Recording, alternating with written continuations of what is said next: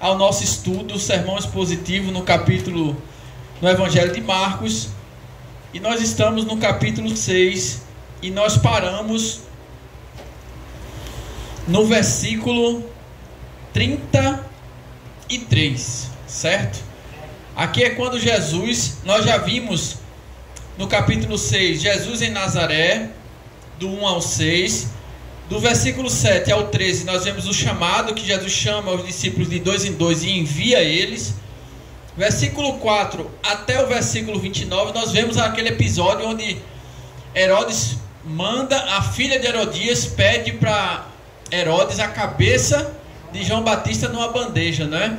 E nós trazemos ali diversas lições importantes aqui, por exemplo, como a importância de você controlar suas emoções e ter o cuidado de não se precipitar com as palavras. Por quê? Porque Herodes está lá na festa, curtindo a festa, e no ápice da festa, momento de festa, de euforia, ele diz: peça para mim o que você quiser que eu vou dar, até metade do meu reino. E o interessante é que ele gostava de João Batista, ele admirava João Batista, mas quando ele lançou essa palavra, precipitadamente, ele teve que cumprir aquilo que falou. Então a gente trouxe, né, na ocasião, essa lição do quão é importante nós controlarmos a nossa emoção para não se precipitar com as palavras, né? A gente trouxe o exemplo de Jefté, que Jefté ora ao Senhor pedindo para Deus dar vitória a ele contra os amonitas. Deus dá vitória a ele contra os amonitas. Ele, comemorando a vitória contra os amonitas, ele diz: a primeira pessoa que passar na frente da porta da minha casa, eu vou sacrificar ao Senhor. No momento de emoção, quem foi que passou na frente da casa dele? A filha dele. Eu acho que ele botou a mão na cabeça e depois: meu Deus do céu, o que foi que eu falei? Não era para ter falado isso. Então nós precisamos ter esse cuidado no momento de emoção, porque as palavras podem se tornar laço para a nossa vida.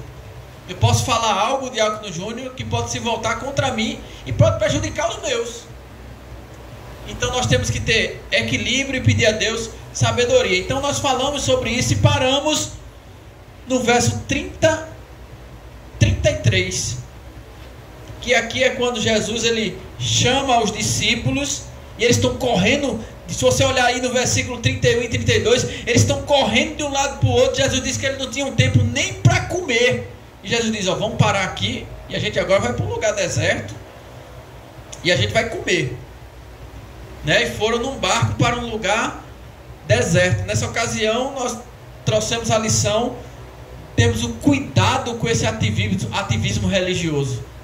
Tem gente que tem um ativismo religioso tão grande, que você vê, até Jesus, Diácono Júnior, diz assim: tá o momento de parar. Olha, vamos parar aí, porque vocês não estão tendo tempo. Olha o final do verso 31.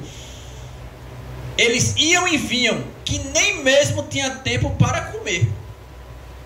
Trabalhando tanto nos dias de hoje. Camarada trabalha, vai para a igreja todo dia, a mulher vai para a igreja todo dia, não quer deixar porque tem ensaio da mulher, porque tem ciclo de oração, é porque tem culto, é porque tem escola dominical, vai todo dia para a igreja e às vezes está perdendo o marido dentro de casa. Porque o marido não é crente e diz assim: a mulher não deixa um café da manhã para mim, a mulher não deixa um almoço para mim, a vida da mulher é da igreja. Aí depois vai pedir oração na igreja dizendo assim: olha, porque Satanás está querendo destruir meu casamento. O pastor que tem discernimento e visão faz: como assim? Não, porque meu marido está demoniado. Tá não, irmão. Você precisa dar uma parada. É o que Jesus está fazendo aqui. Vamos para um deserto ali. Vamos parar um pouco, porque vocês não estão nem com tempo nem de comer. Então tem que dar uma parada. Não adianta você querer ter um ativismo religioso, querer fazer tudo na igreja e você perder os seus dentro da sua casa. Porque o principal ministério nosso começa dentro da nossa casa. Glória a Deus, é verdade. O que adianta você querer ganhar o mundo e perder seu filho, por exemplo? Perder seu esposo, perder sua família? Então, nós precisamos ter sabedoria, né? Eu dei um exemplo aqui, Diácono Júlio, dizendo assim: um casal que passa um problema de vida conjugal. Por quê? Porque a vida, muitas vezes, de nós que somos casados é trabalho, casa igreja. Aí fica esse ciclo na nossa vida. A gente que é casado, a gente fica trabalho, casa, igreja. Igreja, casa, trabalho. E às vezes o casamento passa uma dificuldade ali entre o casal porque não tem nada novo. A rotina. Aí depois, trabalho, casa, igreja. O casal está com dificuldade porque está um relacionamento monótono, não tem nada novo. Aí chega na igreja pedindo oração, pensando que é o diabo, pensando que é Satanás que está querendo destruir, mas não é. É só um momento que eles precisam ter entre eles. É o pastor chegar para eles e dizer, ó, vamos dar um freiozinho aí, vamos faltar uns 2 ensaios aí, uns 2 finais de semana, vamos pagar uma pousada para vocês aí, vocês pagam, vocês juntam o dinheiro aí, o marido perde o amor a 300 conto, a 400 conto, vai um final de semana ali na pousada, e os dois têm um momento entre eles, e Satanás sai do casamento. É assim ou não é? É o que Jesus está dizendo aqui, ó, vou parar aqui, que vocês não estão nem com tempo, nem de cuidar de vocês. Tem que dar uma parada. Tudo com excesso vai prejudicar a gente. Se beber muita água, você vai se prejudicar. Se comer muito, vai se prejudicar. Se passar muito tempo sem comer, vai se prejudicar. Tudo com excesso vai trazer prejuízo para a nossa vida. Então até servir a Deus com demasia, Jesus diz, ó, para aí. Você tem que cuidar de você. É o que Jesus está ensinando. Então vamos ler o versículo 33. Só um contexto. Aqui nós vamos ver a multiplicação dos pães e dos peixes. Versículo 33. Jesus foi para o deserto com os discípulos. Aí o verso 33 diz assim: e a multidão viu-os partir, e muitos o conheceram, e correram para lá. Olha só, eles correram, viram Jesus saindo para o deserto com os discípulos, eles viram, e eles foram correndo para lá. Mas não foi de avião, não foi de carro, não foi de lancha pelo mar. Não. Muitos a pé de todas as cidades. E ali chegaram antes do que eles. Pode sentar. Olha que coisa interessante. Jesus está indo para um lugar deserto, Diácono Marcos. A multidão viu ele indo e chegou aonde Jesus foi antes de Jesus.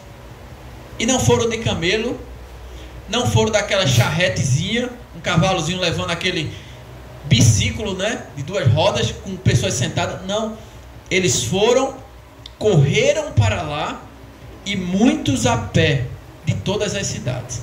Olha que sacrifício esse povo fazia para estar perto de Jesus. Olha o tamanho do esforço físico e da dedicação de Diácono Júnior para estar perto de Cristo. Eles iam a pé e andavam quilômetros de distância, simplesmente para estar perto de Cristo. Para buscar a bênção? Ok. Para buscar o milagre? Ok. Mas o que eu quero focar aqui é o sacrifício que eles tinham para estar perto de Cristo. E aqui tem uma lição para a nossa vida. Porque às vezes a gente mora em cima da igreja e a gente ainda não... E a gente acha que a gente faz demais quando a gente vai 2 dias na semana para a igreja. É assim ou não é? A gente faz assim, ó. Olha como nós somos. Já fui para a igreja na quarta, não tem necessidade de ir na quinta. É assim ou não? E se eu fui no sábado, para que ir para a igreja no domingo? A gente faz assim, eu vou para a igreja, vou servir ao Senhor, vou para a casa do Senhor, mas a gente vai quando tem espaço na nossa agenda. Então nós precisamos pensar nessa questão do sacrifício. Olha o verso 34. Eles estão se sacrificando para se aproximarem de Jesus. Aí o verso 34 diz assim: e saindo Jesus, viu grande multidão e teve compaixão deles. Olha para teu irmão que está do lado e diz assim para ele: quem se sacrifica com sinceridade para se aproximar de Jesus, Jesus tem compaixão para a sua vida, Jesus tem misericórdia para a sua vida, Jesus tem amor para a sua vida, Jesus tem misericórdia para nós. Quando Jesus viu, André, o sacrifício sincero daquele povo para se aproximar dele, ele disse: eu vou ter compaixão deles. Jesus tem compaixão de nós nessa noite. Jesus viu o sacrifício que eu e você fez para estarmos aqui nessa noite. Ele tem compaixão para liberar para a nossa vida hoje. Você pode dar glória a Jesus? Então, querido, olha só, não existe evangelho sem sacrifício. Não existe evangelho sem sacrifício. Não existe. Ah, pastor, mas eu quero um evangelho, eu quero uma coisa suave, eu quero estar no cristianismo, eu quero estar na casa do Senhor, mas eu quero uma coisa confortável. Não, não. Se você está vivendo um evangelho confortável, você não está vivendo o evangelho. Se você está vivendo um cristianismo onde você tudo dá certo na sua vida, é tudo muito bom, é tudo muito tranquilo, está tudo muito bem, meus sonhos estão sendo realizados, está dando tudo certo na minha vida, querido, pare para pensar se você está vivendo o evangelho. Porque o evangelho que eu conheci desde os meus 16 anos é um evangelho de sacrifício, é um evangelho de dor, é um evangelho de renúncia, é um evangelho de cruz, é um evangelho de dificuldade, é um evangelho de tempestade, é um evangelho de adversidade, é um evangelho que não é fácil. Jesus mesmo disse: quer me seguir? Quem quiser me seguir, tome a sua cruz a cada dia, negue-se a si mesmo. Primeiro ele disse: negue-se a si mesmo, tome a cada dia a sua cruz e me siga. O que significa cruz? Luta, peso. Quem quiser me seguir, pegue o seu problema, pegue a sua luta, o seu peso e me siga. Porque quem não me seguir, quem não tomar a sua cruz e me seguir, não é digno de mim. O que Jesus está falando é: se eu e você não se pegar os problemas e seguir a Cristo, eu e você não é digno de ser chamado de discípulo dele. Não existe. Me diga, quem aqui não passa por problemas? Quem não passa por dificuldade? Quem não tem problemas? Quem não tem luta? Quem é que vive o cristianismo sem luta? Não tem. Agora eu e você, nós temos que seguir a Cristo apesar dos problemas. Amém, queridos? Então não existe evangelho sem sacrifício. Para estarmos aqui toda quarta-feira, nós temos que sacrificar. Quando a Bíblia diz assim, obedecer é melhor do que sacrificar, não está condenando o sacrifício, não. O que ele está condenando é que as pessoas estavam sacrificando lá, igual praticavam o sacrifício na lei de Moisés, naqueles rituais, mas não obedeciam. Mas o evangelho é sacrifício. Quem aqui está aqui nessa noite e não está sacrificando? Nosso corpo que é uma cama. Sim ou não? Você está em casa. Ontem eu teve programa da rádio, começava de 8 horas até 7h30, eu deitei na minha cama, estava de 7h30 deitado, dizendo assim: meu Deus, eu acho que eu vou mandar uma mensagem para os irmãos dizer que eu não vou não. Cheguei em casa de 6h30, 6h40, tomei um banho rápido, comi uma coisa. Quando deu 7 horas eu disse: vou tomar um cochilozinho aqui de 7 até 7h30. Quando deu 7h30, estava no melhor, já pegando no sono. Eu disse: vou mandar uma mensagem para esses irmãos dizer que eu não vou hoje não. Eu vou mandar, mas eu disse: meu Deus, eu tenho um compromisso, eu não posso. Eu vou mandar. Eu digo: não, mas eu vou. Me levantei, troquei a roupa e fui embora. Sacrifício. Cheguei cheio de remela lá na rádio, cheio de remela, com sono medonho. Mas eu fui e estava lá. Porque não existe, querido. Água de coqueiro. Eita. É? Foi? Ô irmão, eu estava falando, irmão, está andando tanto, não sei o que. Agora valeu a pena, pode continuar andando, viu, irmão? Continuar andando. Eu já estava quase falando: vamos sentar, pessoal, quase que eu digo: vamos sentar, tá muito movimento. Não, Val, está perdoado, Val, não vou falar mais não.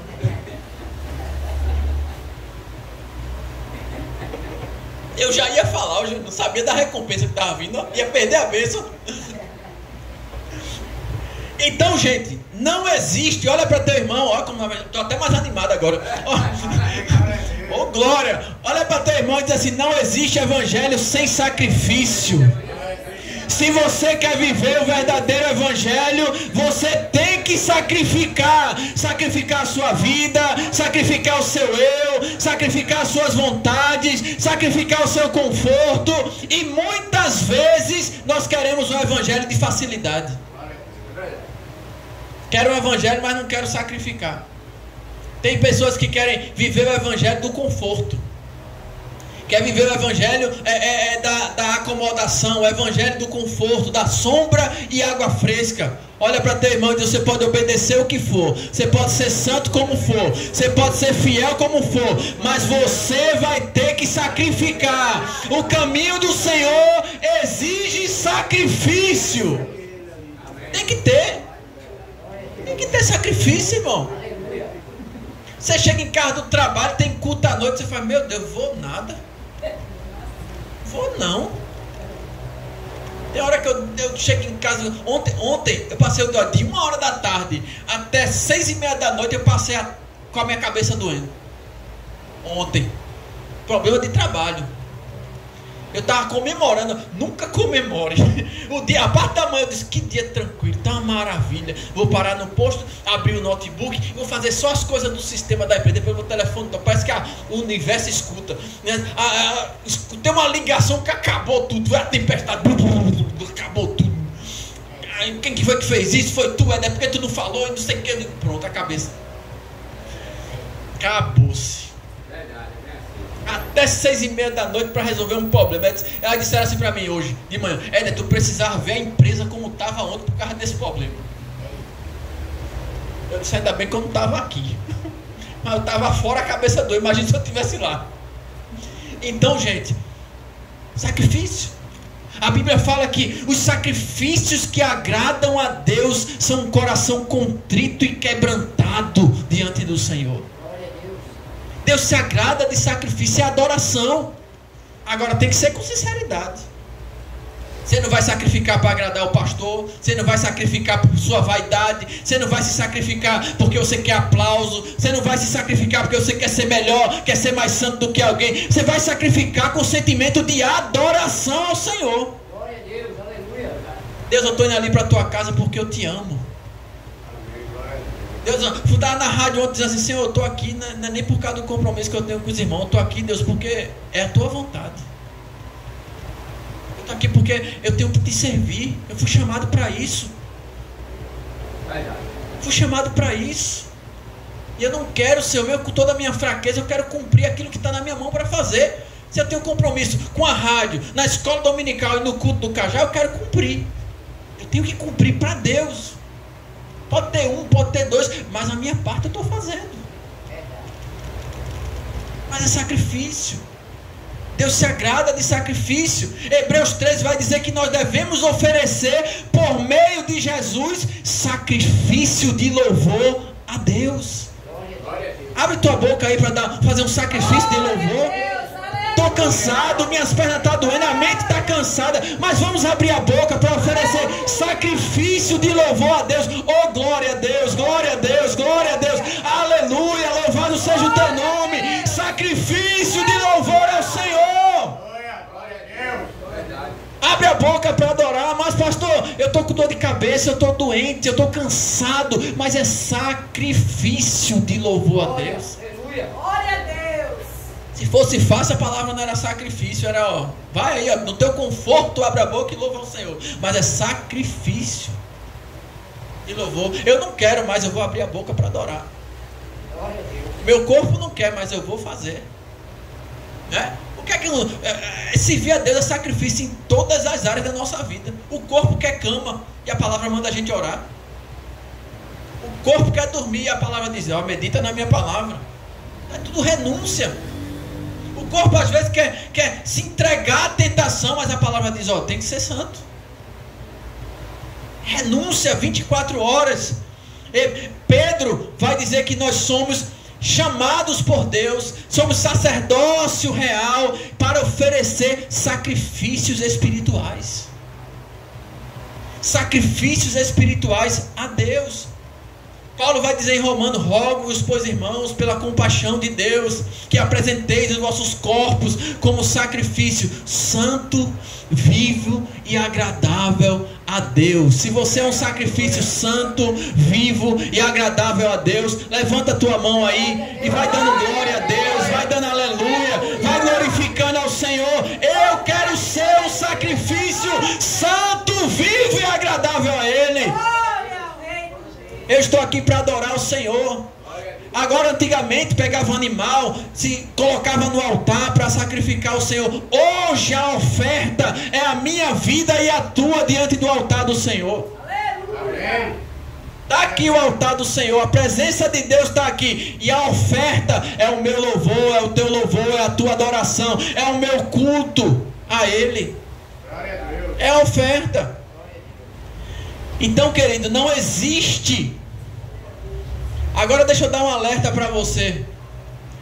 Se sacrifique para adorar a Deus, não se sacrifique para barganhar com Deus. Olha para teu irmão e diz assim: o seu sacrifício é para você adorar a Deus, não é para você barganhar com Deus. Vou fazer isso aqui porque eu quero que Deus faça isso aqui. Vou dar com a mão para pegar com a outra. Não, vou fazer isso aqui, eu vou jejuar aqui, porque eu sei que aqui eu vou fazer uma troca com Deus. Eu faço isso aqui e Deus me abençoa aqui. Olha para teu irmão e diz assim: não faz do teu sacrifício um negócio. Faz do teu sacrifício um movimento de adoração, para subir diante de Deus como adoração a Ele. Você já viu? Presta atenção nisso aqui. Esses pastores que fazem assim, pegam o texto lá de Abraão e Isaac e dizem assim: sacrifique. Quem já escutou uma mensagem dizendo assim: você tem que sacrificar o seu Isaac? Aí muitos pegam a parte do dinheiro, né? A parte que é para falar de dinheiro, e dizem assim: você tem que sacrificar. Aí tem gente que vende casa, vende carro, fica pobre e deixa a igreja rica, mas tudo com o camarada usando a Bíblia, usando o sacrifício para fazer você dar até o que você não tem. É assim ou não é? Agora esses mercenários, eu não posso nem chamar de pastores, esses mercenários com capa de Bíblia, eles dizem isso, mas eles não lêem o final do texto, que diz assim: Deus proveu o cordeiro para Abraão. Disse: Abraão, não faça isso, porque Deus já providenciou o cordeiro para o seu sacrifício. Ou seja, Abraão não sacrificou Isaac, porque Deus proveu o sacrifício. Eles não falam isso. Eles pedem para o povo sacrificar, mas não dizem que Abraão não sacrificou. Você está entendendo como é a pessoa usar a Bíblia para enganar? Ô pastor, mas Abraão não sacrificou não, eu também não vou sacrificar não. Vou dar o que eu posso. Você está entendendo que uma meia verdade falada como se fosse uma verdade inteira é uma mentira completa? Olha para teu irmão e diz assim: você tem que ter cuidado com os lobos que tem aí com capa de ovelha. Você tem que ter cuidado com os mercenários que se dizem pastores. Você tem que ter cuidado com os coach evangélicos. Então, gente, sacrifício tem que ter. Evangelho sem sacrifício não é evangelho. Se você está vivendo um evangelho e não tem sacrificado alguma coisa, inclusive a você mesmo. Viver o evangelho é dizer não à nossa vontade diariamente. É renunciar. Não existe evangelho sem renúncia. Então olha o verso 35 agora. Então Jesus saiu no 34, teve compaixão do povo, ensinou a eles. Aí o verso 35 diz assim: e como o dia já fosse muito adiantado, os discípulos chegaram a ele dizendo: o lugar é deserto e o dia já está muito adiantado. despede-o para que vão aos campos e às aldeias ao redor. Versículo 36. E comprem pão para si, porque não tem o que comer. Eles estão dizendo: Senhor, despede o povo. Eles estão com fome. Libera eles para eles comprarem comida para comer. Verso 37. Ele, porém, respondendo, lhes disse: olha o que Jesus falou: dai-lhes vós de comer. Olha para teu irmão e diz assim, ó: esse é o chamado de Deus para a sua vida hoje. Você tem alimento para alimentar o mundo. A palavra está junto de você, está dentro de você, está no seu coração. Esse é o alimento que Deus colocou em você para alimentar uma multidão. Sabe o que eu fico pensando, Diácono Júnior? Eu tenho vivido isso. Às vezes o mundo quer mais alimento do que a igreja. Você está lá, às vezes eu estou aconselhando alguém no trabalho, só que não é crente, não é nada, mas está passando um problema no casamento, está passando um problema financeiro, está com a luta, começa a sentar comigo e compartilha. Teve um que disse assim: eu espero que um dia o senhor tenha tempo para mim, pastor, para o senhor conversar comigo. Eu fico tão envolvido com o trabalho, falando de trabalho, pensando nos problemas para resolver no trabalho, que ele querendo desabafar comigo, um dia eu espero que o senhor tenha um tempinho para mim, um tempinho para a gente ir. E andando no carro, eu andando com ele no carro, e eu cheio de problema para resolver no trabalho, e ele querendo.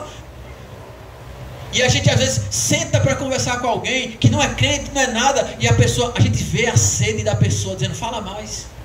Você vê nos olhos a pessoa dizendo: continua falando, fica aqui, termina não. Se você deixar, a pessoa não deixa você nem trabalhar, porque você está falando e ela está recebendo. Você está falando, a pessoa não é crente não, mas ela está recebendo. Ela está dizendo: que coisa boa. Na mente dela está dizendo: que palavra maravilhosa. É mesmo assim, Éder, eu preciso ouvir mais isso. Estou sentindo paz, estou sentindo alegria. A pessoa vai recebendo. Agora quando você chega na igreja, as pessoas falam: estou enjoado, cansado de ouvir, vou não, porque é de novo ele. Chega na rotina. Então às vezes o mundo, ele tem mais fome da palavra do que os próprios crentes. Tem mais fome. Se eu não parar, tem momentos que se eu não parar de falar, eu não trabalho, porque as pessoas que estão sedentas de ouvir a palavra. Pastor, vem aqui, pastor, ó, reúne aqui, vem orar aqui por nós, ora aqui para a gente, dá uma palavra aqui, fala alguma coisa para mim, pastor. Aí você chega na igreja, prepara material, estuda, você prepara escola dominical, você prepara um estudo abençoado. Cadê o povo? Cadê o povo para ouvir a palavra? Cadê o povo para aprender de Cristo? O mundo muitas vezes tem mais fome do que a igreja. E por isso que Jesus disse assim, ó: mandar eles comprar comida lá fora não, dê vocês de comer a ele, porque você tem alimento dentro de você para alimentar o mundo. A palavra está dentro de você. Você tem uma paz que o mundo não tem, e na medida que você fala, essa paz é sentida por eles. Você começa a falar do evangelho e o mundo começa a sentir: que coisa boa eu estou sentindo. É assim ou não é? Uma vez cheguei na oficina de uma prima minha, sem movimento de nada, zerado, a oficina não tinha movimento, não tinha carro para fazer, uma oficina de ar-condicionado, de automotivo. Eu comecei a falar de Jesus para ela, comecei a falar de Jesus, aí chega um carro, ela disse: eita, Éder, coisa boa, chegou um carro. Aí o mecânico ia lá fazer, e de repente comecei a falar de Jesus novamente para ela. Aí chega outro carro, ela diz assim para mim: ó, Éder, continua falando de Jesus, fica falando aí o dia todinho, fica aqui falando, passa o dia todinho falando, que o movimento está chegando o carro. Você pode levantar a mão para dar glória a Jesus? Levanta a mão aí, dá glória, aleluia, glorifica o Senhor. O alimento que o mundo precisa está em nós. Nós temos o alimento para alimentar o mundo. Aí Jesus disse assim, ó: dá vocês de comer a eles. Esse está dentro de nós, esse alimento. Aí eu fiquei pensando assim: esse é o chamado que nós temos, Diácono Júnior. Isso é teologia não. Isso é seminário não. Se quiser fazer seminário, faça. Quero aprender mais, pastor. Quero crescer, desenvolver. Perfeito. Mas o alimento que o mundo precisa já está dentro de nós. Ah, pastor, mas eu não sei evangelizar. Conta o que Deus fez na tua vida, quem você era, quem você é hoje. Ah, mas eu não sei falar, eu sou tímido. Meu irmão, você sabe falar a mudança que Deus fez na sua vida? Você fez a melhor pregação que existe. Você vê a mulher samaritana? Venham ver o homem que disse tudo da minha vida. Ela diz, sabe que é teu marido? Ela disse, não tem um marido, tá certo, porque já tivesse 5. E esse que tu tem agora não é teu não. Ela falou, eu nunca vi esse homem falou tudo da minha vida. Ela sabe, vem ver, saiu correndo por Samaria. Venham ver. Vem o que, mulher? Tu tá doida? Vem ver o homem que disse tudo da minha vida. Eu nunca vi ele nunca tinha me visto, mas ele contou tudo da minha vida. É a maior evangelização que existe. Estou sentindo Jesus aqui. Deus está chamando a gente para alimentar o mundo. Tem uma palavra poderosa em nós, dentro de nós. Agora deixa eu dizer um negócio a você. Esse é um chamado. E tem muita gente que não entende verdadeiramente o que é chamado. Sabe o que significa chamado, Diácono Marcos? Muitas vezes é você estar chorando tendo que consolar alguém. É você estar sangrando tendo que curar alguém. É você estar triste e tendo que consolar outro. É você estar precisando de um abraço, você tem que abraçar as pessoas. É você dizer assim, eu acho que Deus me abandonou. Acho que Deus não está mais comigo não. Mas você tem um compromisso de pregar de noite. E falar que Deus é fiel. Falar que Deus é poderoso. Falar que Deus faz. Isso é ministério. Ministério é isso. É você não ter força. E você chega na igreja e teu irmão diz assim, ora por mim, pastor, que eu estou pensando em desistir. Ora para aí. Ora por mim, estou pensando em desistir. Ora por mim que eu estou sem força. Eu disse, pronto, estou fraco orando por outro. Vamos embora. O ministério é isso. Então olha para teu irmão e diz assim para ele, você tem um alimento que o mundo precisa. Que responsabilidade Deus colocou na nossa mão. O que é que Jesus disse? A quem muito é dado, muito é cobrado. Ah, pastor, sou diácono. Eu sou diácono. Ah, eu sou dirigente. Estou cansado. A quem muito é dado, muito é cobrado. Cadê o fulano da igreja? Vem mais não? Cadê ele? Está vindo não? Por quê? Porque nós precisamos entender que Deus, quando chama a gente para servir a Ele, não é porque Ele está precisando de gente não, viu? É porque Ele está dando uma oportunidade e o privilégio de eu e você servir a Ele. Não pense que a obra de Deus vai deixar de ser feita se você deixar de ser o que Deus te chamou para fazer, não. Outra pessoa entra no seu lugar rápido. Agora, por que Deus faz questão da gente servir a Ele? Porque Deus chama a gente, às vezes dá um nome, dá um título, dá um cargo. Porque Deus está te dando, está nos dando o privilégio de servir a Ele. Glória a Deus. Privilégio de servir a Ele. O mundo quer alimento. E o que eu tenho visto é que a igreja não quer alimento, a igreja quer movimento. O mundo quer alimento. Você começa a falar, olha irmão, se você começar a falar para uma pessoa do mundo, falar de Jesus, começar a falar a palavra, e no momento que ele está com o olhão assim para você, que você está sentindo Deus te usar, se você fazer o convite, quer aceitar, ele diz, quero.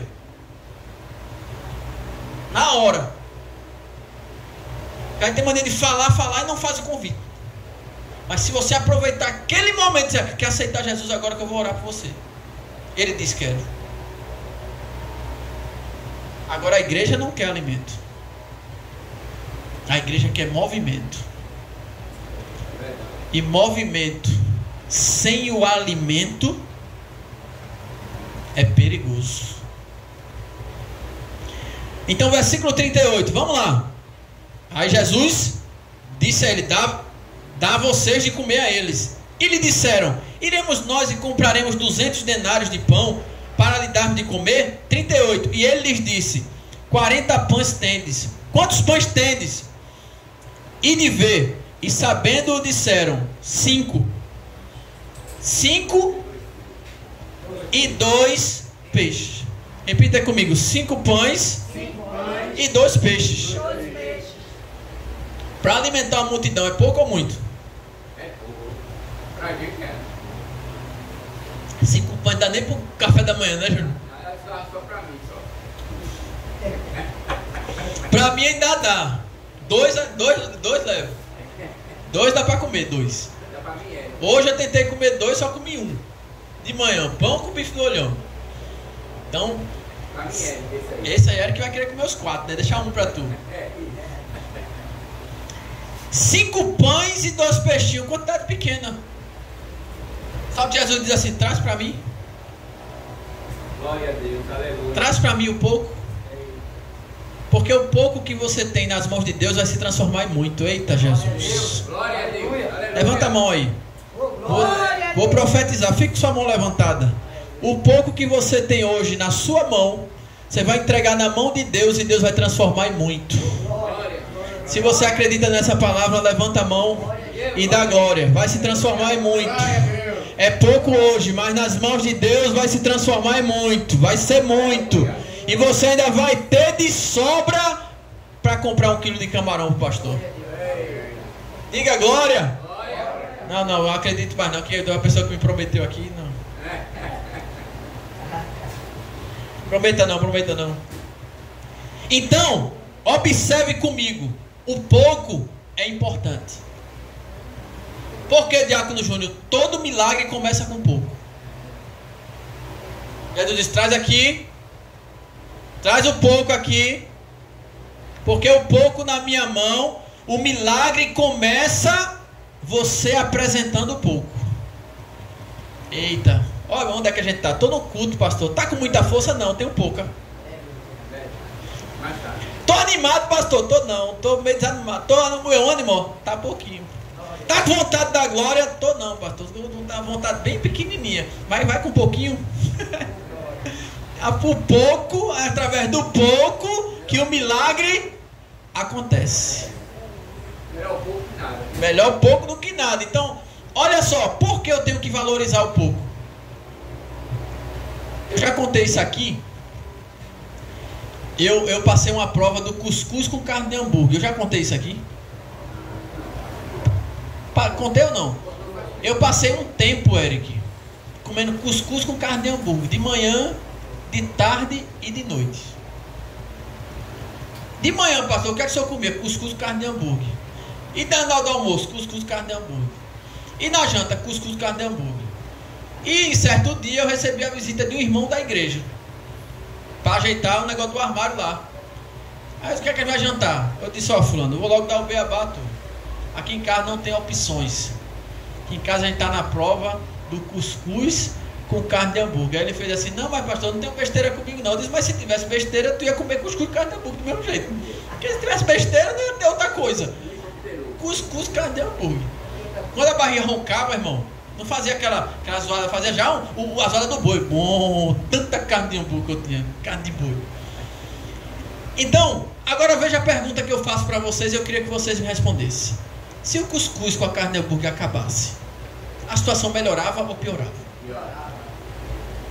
Então eu tenho que desprezar o cuscuzinho com carne de hambúrguer? Eu tenho que falar mal, reclamar porque estou comendo cuscuz com carne de hambúrguer? Porque se acabar a carne de hambúrguer e o cuscuzinho, a situação é piorar. Então, olha para teu irmão e diz assim, não banalize o pouco que você tem. Porque se o seu pouco acabar, a situação vai piorar. Quando é que a gente aprende a valorizar o pouco? Quando a gente perde.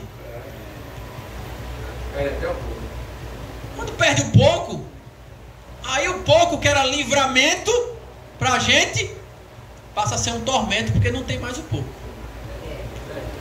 Reclamava do Fiat Unozinho. Tinha um Fiat Unozinho 2005, 2004. Aí dizendo, meu Deus, tem que trocar de carro, esse carro aqui está muito devagar, eu tenho que trocar. Aí um dia ele passou 15 dias na oficina. Eu ia para a igreja de carro, subia de carro, descia de carro. 15 dias sem o Fiat Unozinho. Aí tô eu 15 dias indo para a igreja, descendo a ladeira e subindo a ladeira. Chegava lá em cima, eu tava assim, ofegante. As pernas querendo dar câimbra. A primeira coisa que vinha na minha mente: Fiat Unozinho, cadê ele, meu Deus? Cadê meu Fiat Unozinho? Gosto tanto dele. Cantava até aquela música de Lázaro: eu te amo tanto. Cadê tu agora? Mas quando é que eu aprendi a valorizar o Fiat Unozinho? Quando ele não estava comigo mais. Então olha para teu irmão e diz assim: não espera perder para valorizar. Valoriza o pouco que você tem. Sabe por quê? Porque o teu pouco é pouco, mas veio de Deus. O teu pouco é pouco, mas se o teu pouco acabar, a situação piora. O teu pouco é pouco, mas o teu pouco é o luxo de muitos. Aleluia, é verdade. Ah, pastor, mas eu moro numa casinha simples e tem gente que não tem nem casa. Ah, pastor, eu vou pro culto e repito roupa. E quem não tem roupa para ir pro culto? Eu moro lá aqui no 27. E a situação ali no 27 ali parece, Júnior, que eu tô morando no meio do... Pense numa situação social difícil. Dá uma passadinha na rua, ali por trás da Compesa. Pega a moto e dá uma andadinha ali. No muro que tem atrás da caixa d'água da Compesa. Aquelas casas ali é tudo invasão. O pessoal já construiu casa atrás do muro da Compesa, tudo já é casa de invasão.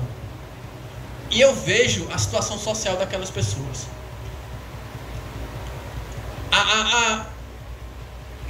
Irmão, é uma situação terrível. Aí eu olho para minha filha, eu digo aí, ó, olha para ali. A casa não tem nada. Não tem televisão, não tem geladeira, não tem nada. O cara fez um muro, montou uma porta e foi morar dentro. Tem nada. Tem nada. 3 paredes, a quarta é da completa. 2 assim, 2 assim, 1 assim. Tem nada.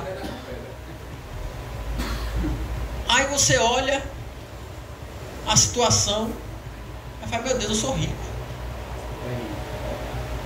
Eu sou rico, meu pouco. Quantas aquelas pessoas devem pedir a Deus dizendo assim: eu queria. O meu pouco, as pessoas olham para mim ali, para a nossa família, e falam assim: esse homem é rico. Aí veio o carrinho que Jesus deu a mim, e veio chegando com o carro da empresa. Eu falei: é rico. Esse homem é rico. E fica lá pensando que a gente é rico. Por quê? Porque o pouco que a gente tem é luxo para muita gente. Então, querido, não banalize um pouco não, agradeça a Deus. Quando Jesus curou os 10 leprosos, isso é tão sério o agradecimento, é tão sério agradecer, que Jesus cobrou os 9 leprosos que não voltou para agradecer. Quando Jesus curou 10, voltou 1, e Jesus viu que só tinha 1, Jesus fez: cadê os 9? Foi quantos que foi curado? Onde estão os 9? Só 1 voltou. Olha a expressão de Jesus: só 1 voltou para agradecer. Você quer agradar o diabo? Murmure. Você quer cantar a música que o diabo gosta, que o diabo vai rir? Você quer idolatrar Satanás, quer adorar Satanás? Murmure. É a música que o diabo gosta de ouvir, é a murmuração. Aí Jesus disse: dá os 9. Só foi 1. Aí ele voltou para agradecer pela cura da lepra. E Jesus disse: vai, porque a tua fé te salvou. Voltou para agradecer por uma bênção, voltou com 2. Voltou para agradecer pela cura física, e Jesus despediu ele com a cura física e com a cura espiritual, com a salvação da sua alma. Você agradece a Deus por uma bênção, e Jesus providencia para você mais motivos para você agradecer. Agradecer multiplica os motivos para agradecer. Jesus pegou o pão, 5 pães e 2 peixinhos, levantou para cima, agradeceu a Deus, e aquilo foi multiplicado. Então olha para teu irmão e diz assim: você tem que agradecer por tudo, porque quanto mais você agradece, mais Jesus multiplica e te dá motivo de ser mais grato ainda. Ah, pastor, mas eu queria ganhar, pastor, uns 6 mil reais, 7 mil reais, eu queria ganhar uns 8 mil reais. Você está agradecendo pelo salário que você tem hoje? Júnior não, o Diácono Júnior já está nos 10, já está nos 15, já chegou no... já está no... Chegou, né? Já está nos 10, já chegou. Mas na época que ele ganhava 2 salários, 3 salários, ele agradecia. Tá ao vivo não, Júnior. Tá ao vivo não. É verdade. Então, gente, não banalize aquilo que é um privilégio. Tem gente pedindo a Deus para ter uma condição que você já tem. Tem gente que diz assim: Senhor, eu queria ter pelo menos condições de fazer isso e isso. Isso você já faz tanto que você nem valoriza. Tem gente que diz assim: eu queria ter um sofá para chegar em casa e sentar no sofá, botar a perninha no banquinho, assistir uma televisão. Você tem isso, tem tudo isso, nem tá nem aí mais. Para você é como se fruto do meu trabalho, eu trabalho para isso, eu trabalhei para isso. Mas se Deus não te der saúde, você não conquista nada. É verdade. Quem pode dar glória a Jesus aí? Então olha um detalhe importante. Versículo 39. E ele lhes ordenou que fizessem assentar todos em grupos sobre a grama, e assentaram-se repartidos em grupos de 30 e grupos de 10. Amém? Não, irmão, presta atenção, foi 150. 100 grupos de 100 e de 50. Olha que coisa, aqui tem uma mensagem para a gente também. Sabe qual é a mensagem aqui, Eric? Jesus pega o povo e diz assim: ó, vou distribuir o pão aí para todo mundo, mas separa aí, grupo de 100 aqui, grupos de 50, vamos fazer tudo de forma organizada, porque Deus não gosta de bagunça. Deus é um Deus organizado. Até no culto, Paulo diz assim: ó, tudo seja feito com ordem e com decência. Deus é um Deus organizado. Sabe quem é que gosta de bagunça? Satanás. Chega numa casa, quando está tudo bagunçado, Satanás gosta. Mas Deus é um Deus limpo, irmão. Deus é um Deus organizado. Deus colocou o universo, botou a lua no seu lugarzinho, as estrelas no seu lugar, o mar vai até aqui, a terra vai aqui, o leão tem que namorar com a leoa, tudo organizado. É tudo no seu devido lugar. O sol tem que esquentar na temperatura certa para a gente não ser consumido. Deus é um Deus organizado. Olha para teu irmão e diz assim: organize sua vida. Porque o milagre só vem depois que você organizar a sua vida. Coloca as coisas no lugar. Jesus disse: o milagre vai acontecer, mas primeiro deixa eu organizar a casa aqui. Deixa eu organizar as coisas aqui, grupo de 100, grupo de 50, depois o milagre chega. Tem gente querendo um milagre, mas não quer organizar a sua vida. Tem gente que quer prosperar, mas não quer organizar a vida. Quer as coisas de Deus, quer a bênção de Deus, quer a provisão de Deus, quer a vitória de Deus, quer a presença de Deus, quer tudo de Deus, mas não quer nem organizar a sua vida para receber o que Deus tem para você.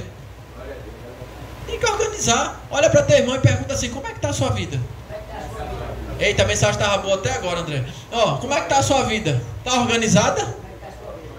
Como é que está o nível da sua obediência para com Deus? Como é que está o nível da sua fidelidade para com Deus? Como é que está o nível da minha santidade para com Deus? Como é que está meu coração para com Deus? Como é que está a minha separação do mundo? Organizar a vida. Como é que está a minha escala de prioridade? Deus está em primeiro ainda? Deus ainda é primeiro na nossa vida? Ou Deus está em segundo, terceiro? Porque se Deus está em segundo, terceiro, eu vou dar uma péssima notícia para você. Ou Deus é primeiro, ou ocupa o primeiro lugar na nossa vida, ou Deus ocupa o primeiro lugar na nossa vida, ou Ele não ocupa lugar nenhum. Meu irmão, eu gosto muito de futebol, mas o Santinha não entra no meu coração como primeiro, não. Entra não. Eu luto, viu a tentação, viu, Júnior? Você viu lá no culto. É tentação, viu, Diácono Júnior? É tentação pesada. Aí diz assim, Santa Cruz e não sei quem. Que horas era o jogo? 6 horas da noite. Eu digo, Jesus. No domingo, não podia ser no sábado, não. Não podia ser no sábado, não. Olha como é as coisas. A coisa é séria, viu? Essa parte aí é uma tentação e eu luto. Aí eu tô voltando de Alagoas. Santa Cruz e quem, meu Deus? Acho que era Sergipe. A Arena. Aí eu tô voltando, vim da Bahia. Meu intento no caminho, voltando. Quando eu chegar mais ou menos em Palmares, eu acho que é a hora que começa o jogo. Eu vou parar num restaurante e vou assistir. Em vez de chegar em casa de 8, eu vou chegar de 10. Por causa do jogo. Parei no caminho, assisti. Me arrependi tanto. Que jogo feio. Que jogo feio. Aí, irmão, chega de domingo, aí tá o horário de jogo. Pum! 6 horas da noite, eu digo, sangue de Jesus tem poder, meu Deus. Escola dominical. Aí me pergunta, pastor, o senhor vai para a escola dominical? Fui para a escola, irmão. Escola dominical, 5 horas. E eu ia pregar ainda no domingo. Nesse mesmo dia eu ia pregar no domingo. Jesus. E eu torcendo que era mata-mata e era o jogo da volta, né? Se eu não me engano. Aí eu disse, sangue de Jesus tem poder. Tira o Santa Cruz do meu juízo, Senhor. Eu estou aqui para te servir. Aí eu disse, eu não vou nem tocar no assunto, né? Mas quando eu vou ali para trás, para a parte que Cassie fica ali, Cassie está por dentro de tudo. Aí Cassie faz, passou. Eu digo, pronto, eu estou mais aliviado. Ganhou dos pênaltis, eu digo, glória. Mas irmão, deixa eu dizer um negócio a você.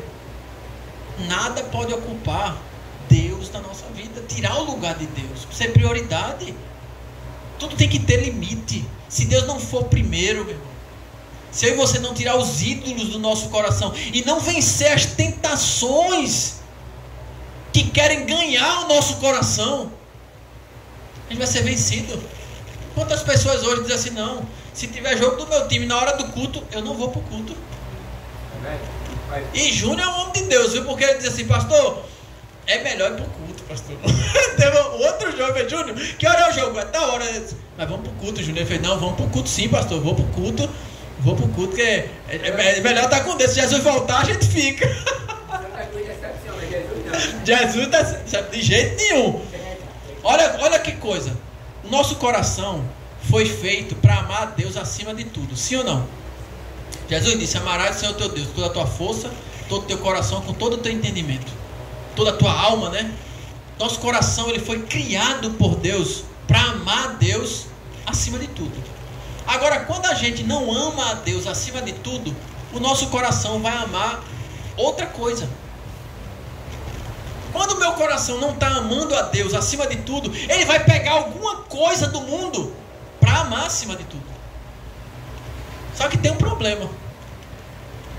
Quando eu amo outra coisa que não é Deus acima de tudo, quando eu caio numa situação difícil, vamos supor, eu faço da minha esposa o meu Deus.